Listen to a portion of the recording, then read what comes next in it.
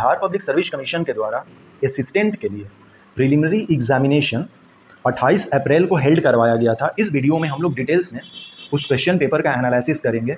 उससे पहले कुछ इन्फॉर्मेशन हम लोग शॉर्ट में अभी देख लेते हैं। क्वेश्चन पेपर देखने के बाद फिर हम लोग इस पर डिस्कस करेंगे। कट ऑफ की बात करें तो जनरल कैंडिडेट के लिए 124 मार्क्स कट ऑफ थे और जो अदर कैटेगरीज हैं हमें दिख रहे हैं। हम लोग डायरेक्ट अब क्वेश्चन पेपर पर आते हैं। यदि क्वेश्चन पेपर की बात करें असिस्टेंट की तो ये 150 मार्क्स का होता है। 150 क्वेश्चंस पूछे जाते हैं। समय 2 आवर्स एंड 15 मिनट्स दिए जाते हैं। असिस्टेंट की एग्जामिनेशन जो है वो 28 अप्रैल को हुई थी 2023 में।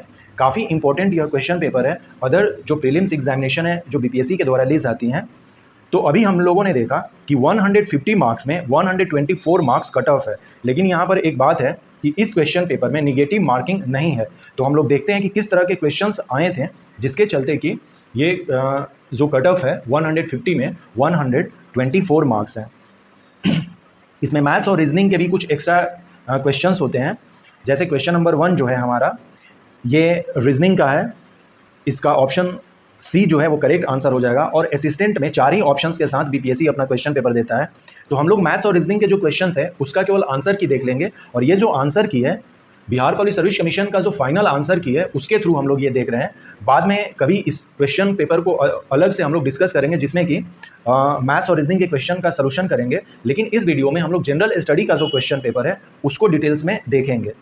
जैसे क्वेश्चन नंबर 3 जो है इसका सही आंसर ऑप्शन बी हो जाएगा। ये भी रीजनिंग का क्वेश्चन है। जैसे यहाँ पे 3, 4, 5, 8, 7, 16, 9, 32 और एक्स वाई दिए हैं, तो यही कहा जा रहा है कि एक्स और वाई के जगह पर कौन सा मान होगा, तो 11 और 64 हो जाएगा इसमें। क्वेश्चन नंबर 4 का फिल करना है यहाँ पर, तो इसका सही आंसर ऑप्शन सी 14 हो जाएगा। यहाँ पर भी इस प्लेस पर फिल करना है, इसका आंसर 12 है। क्वेश्चन नंबर 6 का ऑप्शन सी करेक्ट आंसर है। नेक्स्ट क्वेश्चन नंबर 7 की हम लोग बात करें तो ये A+4 हो जाएगा। क्वेश्चन नंबर 8 में ऑप्शन डी करेक्ट आंसर है। क्वेश्चन नंबर 9 में ऑप्शन ए करेक्ट आंसर है। उसी तरह से क्वेश्चन नंबर 10 में सी है, 11 में ए है और 12 में बी है।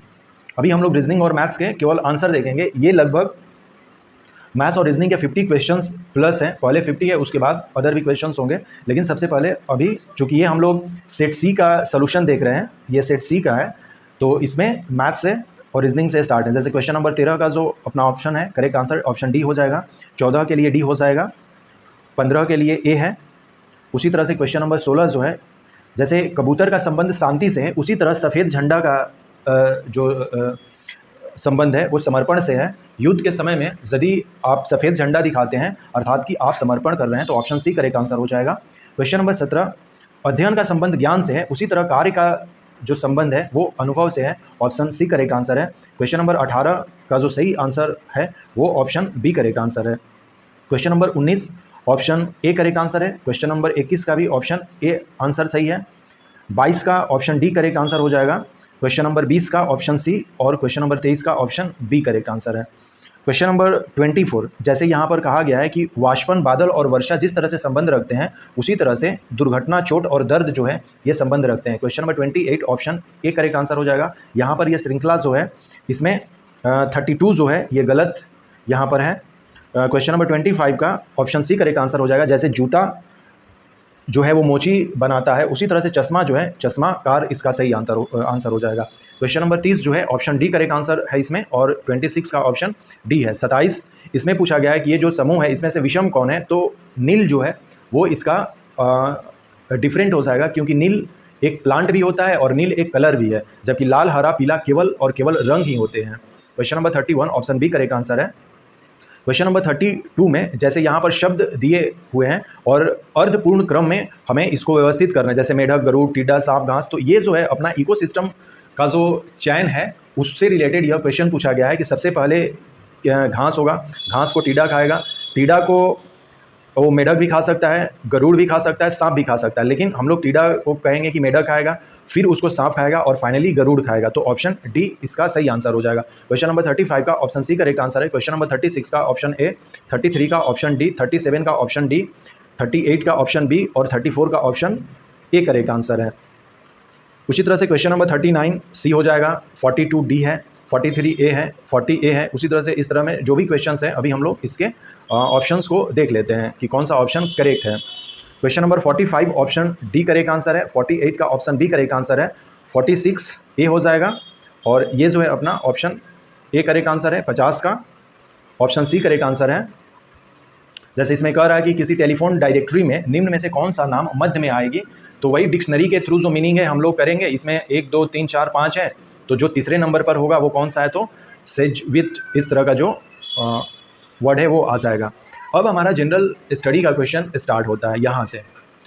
क्वेश्चन नंबर 51, पंचायती राज प्रथम बार जो है अक्टूबर 1959 में राजस्थान से लागू हुआ, और दूसरा जो स्टेट था वो अपना आंध्र प्रदेश था। पंचायती राज डैश के लोगों को वास्तविक स्वराज देने के लिए स्थापित किया गया था, ग्रामीण क्षेत्रों के लिए। पंचायती राज ग्रामीण क्षेत्रों के लोगों को वास्तविक स्वराज देने के लिए स्थापित किया गया था। क्वेश्चन नंबर 53, बहुदलीय व्यवस्था के बावजूद लंबे समय तक भारत में राजनीतिक परिदृश्य में कांग्रेस व्यवस्था का आधिपत्य बना रहा, यह किसने कहा था? ये स्टेटमेंट रजनी कोठारी का है, so option C is correct answer. Bharat का संविधान दूसरे संविधानों की कोई नकल नहीं है, ये बिल्कुल स्टेटमेंट गलत है, क्योंकि हमने बहुत सारे जो हमारे सोर्स हैं हमारे कॉन्स्टिट्यूशन का, जैसे कि प्रीएम्बल हमने अमेरिका से लिया है, और अमेरिकी संविधान की नकल है, केवल और केवल अमेरिकी संविधान का नकल नहीं है, हमने ब्रिटेन से लिया है, हमने आयरलैंड से लिया है, हमने जर्मनी से लिया है, हमने कनाडा से लिया है, ऑस्ट्रेलिया से लिया है, कई देशों से हमने लिया है। लगभग 60 देशों का जो है हमारा कंबाइंड फॉर्म है भारत का संविधान।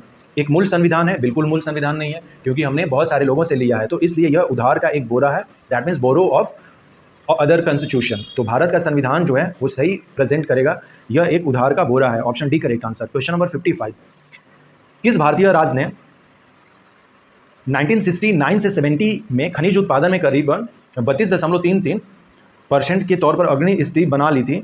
तो ये काफ़ी एक फैक्चुअल क्वेश्चंस है, तो सिंपल सी बात है, बिहार के पर्सपेक्टिव में क्वेश्चन पूछा जा रहा, तो इस हिसाब से हम लोगों को बिहार कर लेना चाहिए था, क्योंकि 69-70 में झारखंड भी अपने बिहार के ही साथ था। इसका सही आंसर बिहार हो जाएगा।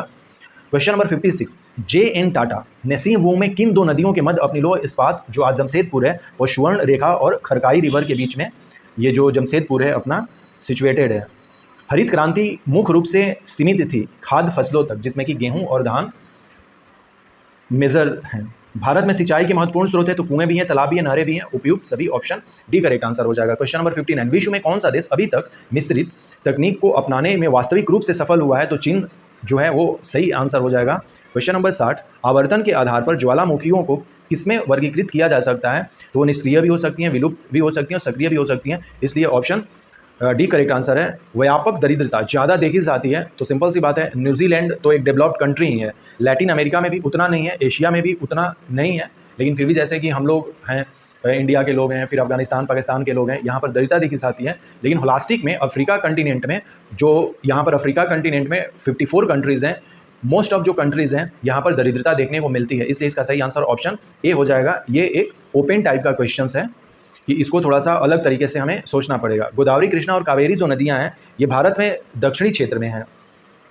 ये जो अपना इंडिया है, ये गोदावरी, फिर कृष्णा, फिर कावेरी, ये तीनों जो रिवर्स हैं, ये अपने दक्षिण भारत की नदियां हो जाएंगी, ऑप्शन डी करेक्ट आंसर है। क्वेश्चन नंबर 63, मुर्रा जो है हरियाणा की काफ़ी फेमस भैंस है, तो ये पंजाब और हरियाणा से रिलेटेड हो जाएगा, ऑप्शन सी करेक्ट आंसर है। 2011 की जनगणना के अनुसार भारत में गरीबी रेखा के नीचे की प्रतिशत क्या है? तो 22% थी, ऑप्शन डी करेक्ट आंसर है। विश्व की जनसंख्या में भारत का स्थान किस देश के बाद आता है? 2020 से पहले की ये बातें कह रहा, अब तो 2023 में हम लोग नंबर 1 पर हो गए हैं, और चीन जो है वो नंबर 2 पे हो गया है। चूँकि ये क्वेश्चन अप्रैल में ही पूछा गया है, तो इसका सही answer option A correct answer हो जाएगा। योजना आयोग की स्थापना जो है वो 1950 में होती है, और उसके बाद से जो अपना प्लानिंग है 1951 से स्टार्ट हो जाता है। पहला जो 5 ईयर प्लान है वो 1951 से लेकर 56 तक था, तो इसका सही आंसर योजना आयोग की स्थापना पूछा गया है, प्लानिंग कमीशन का, तो इसका सही आंसर ऑप्शन डी हो जाएगा 1950। भारत में मजदूर संघ आंदोलन अस्थायी तौर पर स्थापित हुआ था, तो ये प्रथम विश्व युद्ध के बाद, क्योंकि ये जो है प्रथम जो है हमारा जो है 1920 में ऑल इंडिया ट्रेड यूनियन, इसकी जो स्थापना है, all India trade union of Congress जो है, उसकी स्थापना जो है 1920 में हुई थी। और इसी के बारे में पूछ रहा कि मजदूर संघ आंदोलन अस्थायी तौर पर स्थापित कब हुआ था? तो वो 1920 में, अर्थात कि प्रथम युद्ध के बाद। प्रथम विश्व युद्ध जो है वो 1918 में समाप्त होता है, उसके बाद ही। इस तरह से इसका सही answer option A correct answer हो जाएगा। भारतीय राष्ट्रवादी नेताओं ने 80 और 1905 के मध्य आर्थिक नीतियों की प्रकृति का भारत में आर्थिक राष्ट्रवाद के युग के रूप में चरित्र चित्रण किया है, यह किसने लिखा है? तो बिपिन चंद्र ने। ये जो क्वेश्चन है काफ़ी इंटरेस्टिंग है, इसको थोड़ा सा अलग तरीके से पढ़ना होगा। ऑल इंडिया ट्रेड यूनियन के बारे में बहुत सारे स्टूडेंट जानते होंगे, लेकिन जब तक उस समय के बारे में आप एनालिसिस नहीं करते हैं पढ़ते वक्त, तो इस तरह के क्वेश्चन को सॉल्व कर पाना एग्जामिनेशन हॉल में बहुत मुश्किल हो जाएगा। यहाँ तो हम लोग आसानी से डिस्कस कर ले रहे हैं, लेकिन यही चीज़ होती है कि जब आप हिस्ट्री में फैक्ट्स को देखते हैं तो उसको समय के साथ एनालिसिस भी हमें करने आना चाहिए। रेलवे किस काल के लिए एक वास्तविक वरदान थी? तो यह द्वितीय विश्व युद्ध इसका फाइनल आंसर में दिया जा रहा है बीपीएससी के द्वारा, जबकि वास्तविक वरदान थी किस काल के लिए। एक्चुअली यहाँ पे समय जो है ना ये पूछ दिया गया है, तो द्वितीय विश्व युद्ध एक समय था, एक टाइम पीरियड था, इसलिए इसका सही आंसर जन संघर्ष ना होकर ऑप्शन बी हो जाएगा। Poverty and un British rule in India जो है यह दादाभाई नौरोजी ने 1867 में लिखी थी, और इसी बुक पर 2 क्वेश्चन बैक टू बैक पूछ दिया गया है। अभी जस्ट एक और क्वेश्चन हमें दिखेगा। क्वेश्चन नंबर 71 अनडाउटली जो है वो सबसे ज़्यादा केरल में और सबसे कम हरियाणा में जो सेक्स रेशियो था वो था, और अपने भारत की यदि सेक्स रेशियो की बात करें तो ये 943 था, और यदि हम बिहार की सेक्स रेशियो की बात करें तो ये 918 है। पानी द्वारा उत्पन्न बीमारियों का सीधा प्रभाव किसके लिए जिम्मेदार है? तो ये अतिसार बीमारियाँ, पैराटाइफाइड और आंत्रज्वर, ये सभी के लिए हैं, तो उपयुक्त सभी हो जाएंगे। भारत में कृषि सुधार किया गया था कृषकों की सहायता के लिए, संसाधनों को दोहन के लिए नहीं, ये भी गलत है, और जमींदारों की सहायता के लिए नहीं, तो उपयुक्त में से सभी होगा ही नहीं, तो इसलिए ऑप्शन ए करेक्ट हो जाएगा। भारत में जनगणना कितने वर्षों पर होती है? तो 1 दशक अर्थात कि 10 वर्षों में एक बार होती है। पहली बार जो जनगणना है हमारी 1871 से स्टार्ट है, और रेगुलर जो जनगणना है 1881 से स्टार्ट है। जब हम लोग 1871 नहीं 1872 में स्टार्ट हुई थी, लॉर्ड मायो के टाइम पीरियड पर। मैंने जनगणना पर डिटेल्स में वीडियो बनाया है, बिहार जनगणना पर, आप उस वीडियो को देखेंगे तो ये सारे जो फैक्ट्स हैं वो क्लियर हो जाएंगे। यदि हम 1872 से काउंट करें जो हमारा लास्ट जनगणना था 2011 का, तो ये 15वां जनगणना अपना था। भारत का नेपोलियन काफ़ी इंपॉर्टेंट क्वेश्चन है। समुद्रगुप्त अस्थायी बंदोबस्त लॉर्ड कॉर्नवालिस के द्वारा लाया गया था 1793 में। मैंने अस्थायी बंदोबस्त रोहितवाड़ी सिस्टम और मालवाड़ी पर डिटेल्स में वीडियो बनाया है, डिस्क्रिप्शन में लिंक दे दूंगा, आप उसे देख सकते हैं। मौर्यों के अंतर्गत भौतिक संस्कृति के प्रसार में कौन सहायता करते थे? तो ये व्यापारी भी करते थे, बहुत साधु भी करते थे, और प्रशासक भी करते थे। उपयुक्त सभी इसका आंसर हो जाएगा, option D is correct answer. Firoz Shah Tughlaq के दौरान नहरों के बनाने और रख रखाव के खर्च काश्तकारों के द्वारा वहन किया जाता था, ऑप्शन बी करेक्ट आंसर है। काफ़ी फेमस है फिरोज शाह तुगलक अपने नहर प्लानिंग के लिए, उसने कई नहर और शहरों का भी निर्माण किया, जिसमें कि फरीदाबाद से लेकर फिरोज़ाबाद और फिरोज़पुर, साथ ही साथ जौनपुर का भी एस्टेब्लिश जो है वो फिरोज शाह तुगलक के द्वारा किया जाता है। आईने अकबरी काफ़ी फेमस बुक है, अबुल फजल ने इसे लिखा था, ऑप्शन डी करेक्ट आंसर हो जाएगा।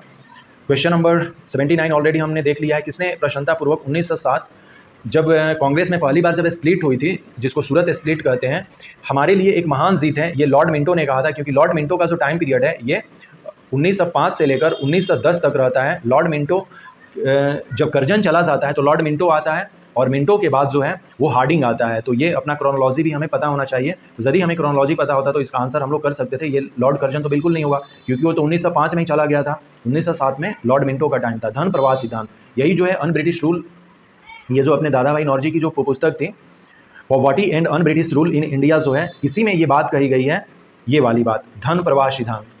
Drain of wealth, drain of wealth theory जो है वो दादाभाई नौरोजी के बुक में कही गई है, जिसका नाम है अन ब्रिटिश रूल इन इंडिया। ये वाला जो है poverty and un British rule in India, इस पुस्तक में इस बात को लिखी गई है। तो एक ही एग्जाम के पेपर में बैक टू बैक एक ही टॉपिक से 2 क्वेश्चन पूछ दिए गए। विजयनगर जो साम्राज्य था उसके महानतम शासक जो थे वो कृष्णदेव राय थे। हमें क्या करना चाहिए कि जो भी वंश है, जैसे कि हम लोग कहें कि हर्यंक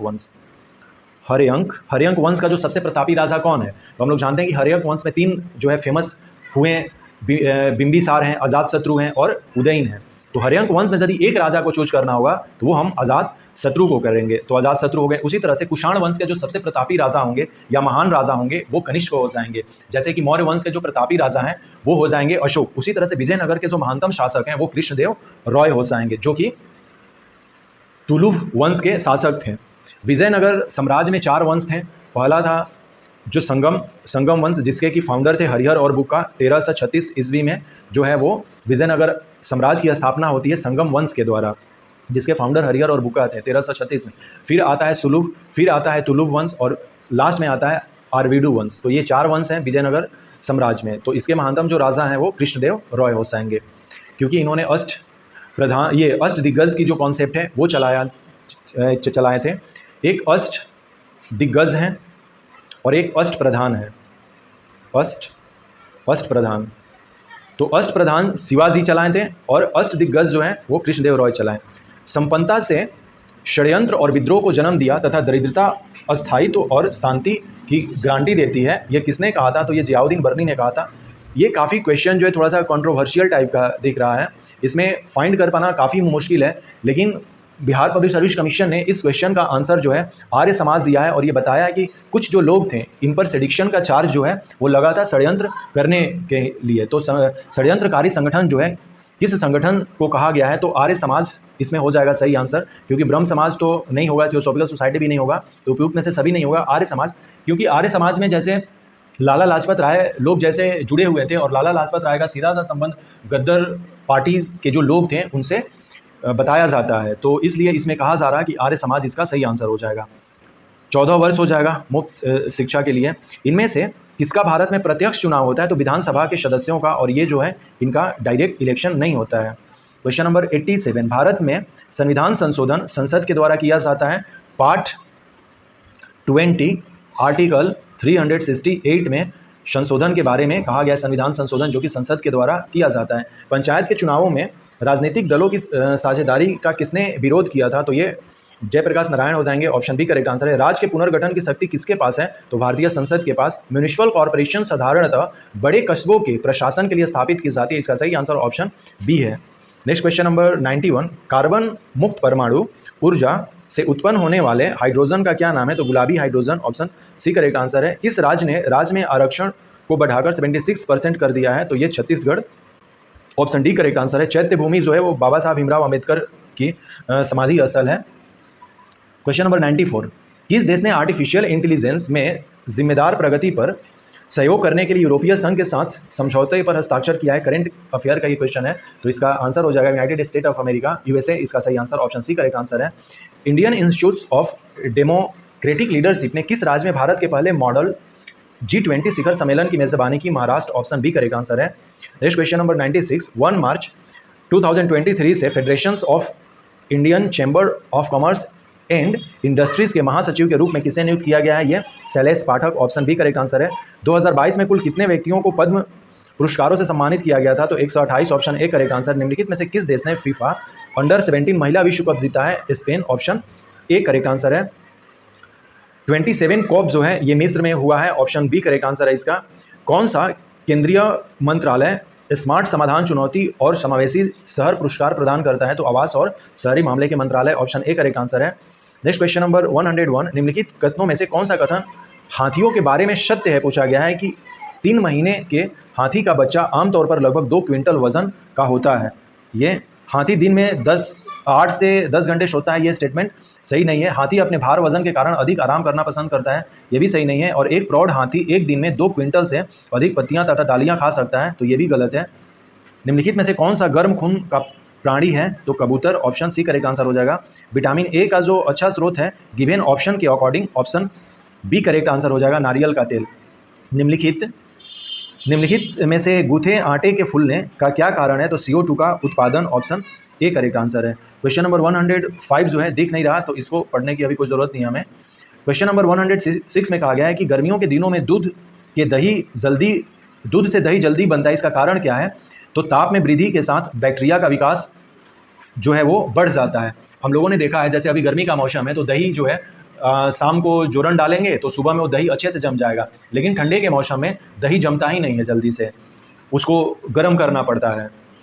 तो यही क्वेश्चन पूछ लिया गया है। तो सिंपल सी बात है, बैक्टीरिया के थ्रू ही जो दही है वो जमता है, तो इसमें ऑप्शन इसका सही आंसर ऑप्शन सी हो जाएगा। काफ़ी इंटरेस्टिंग ये क्वेश्चन है। निम्नलिखित में से कौन सी, ये भी नहीं दिख रहा कि एंडोक्राइन ग्रंथि नहीं है पूछा है, तो लैक्रीमल जो है वो एंडोक्राइन ग्रंथि नहीं है।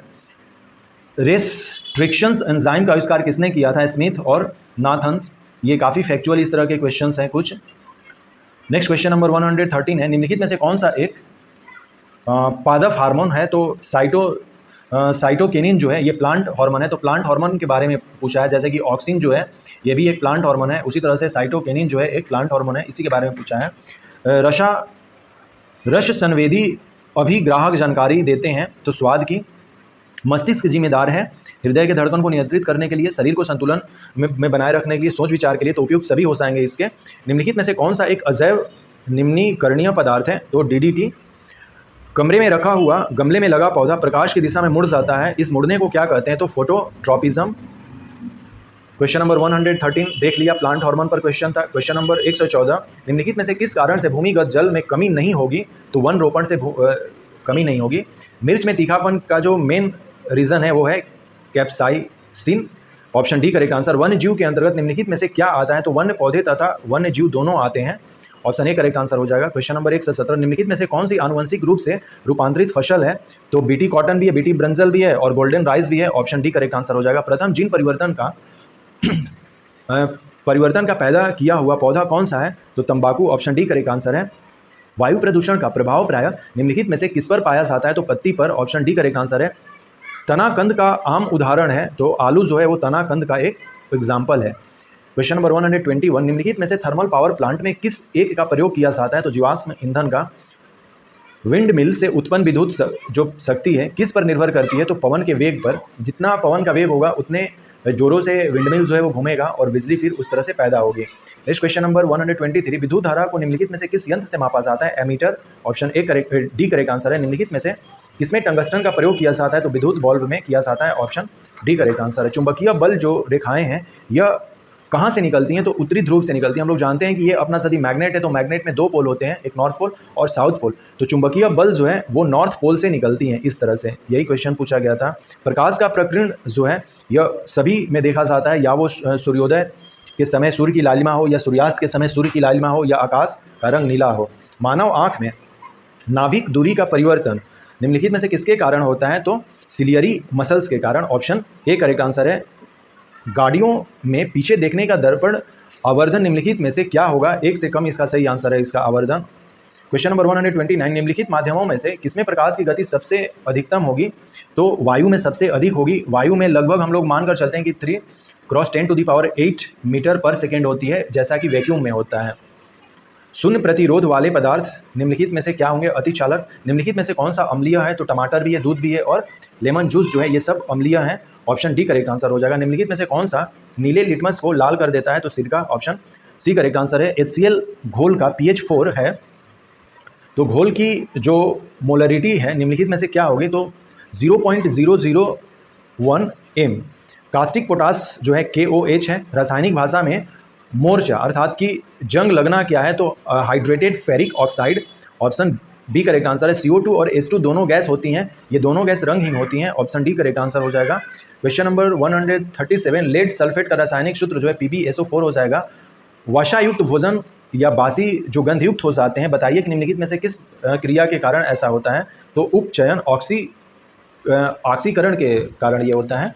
क्वेश्चन नंबर 139, हम सिल्वर क्लोराइड को गहरे रंग की बोतल में रखते हैं तो सूर्य के प्रकाश की क्रिया से बचने के लिए।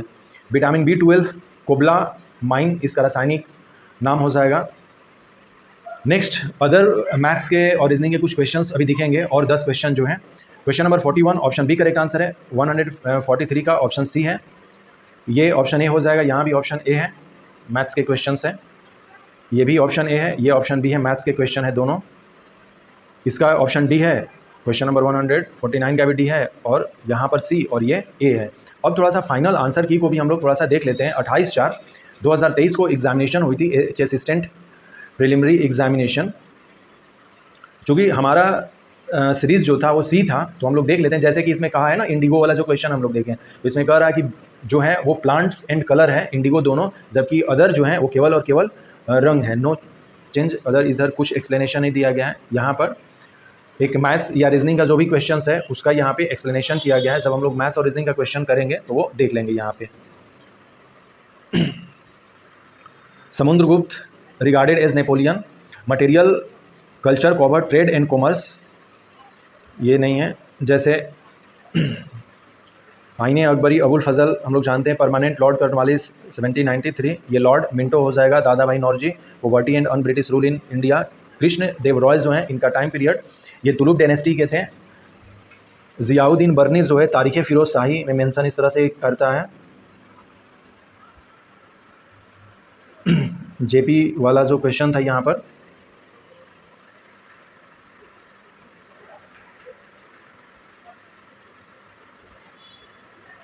जो म्यूनिसिपल कॉरपोरेशन वाला जो क्वेश्चन था यहाँ पर, उससे रिलेटेड ये जो है कॉरपोरेशन शुड भी, ये वाला जो है कितना पॉपुलेशन होना चाहिए था, तो उसके हिसाब से यहाँ दिया है पंचायती राज पहली बार जो है सेटअप इन राजस्थान, ये वाला है, रजनी कोठारी ने ये कहा था बात। तो ये सारे जो क्वेश्चंस हैं जिसका कि ऑप्शन जो है यहाँ पर दिया हुआ है फाइनल आंसर की के थ्रू, यहाँ पर सेम वही बात कही गई है। All India trade union of Congress जो है ये फाउंडेड 1920 में हुई थी, जिसके कि अध्यक्ष जो थे वो लाला लाजपत राय को बनाया गया था।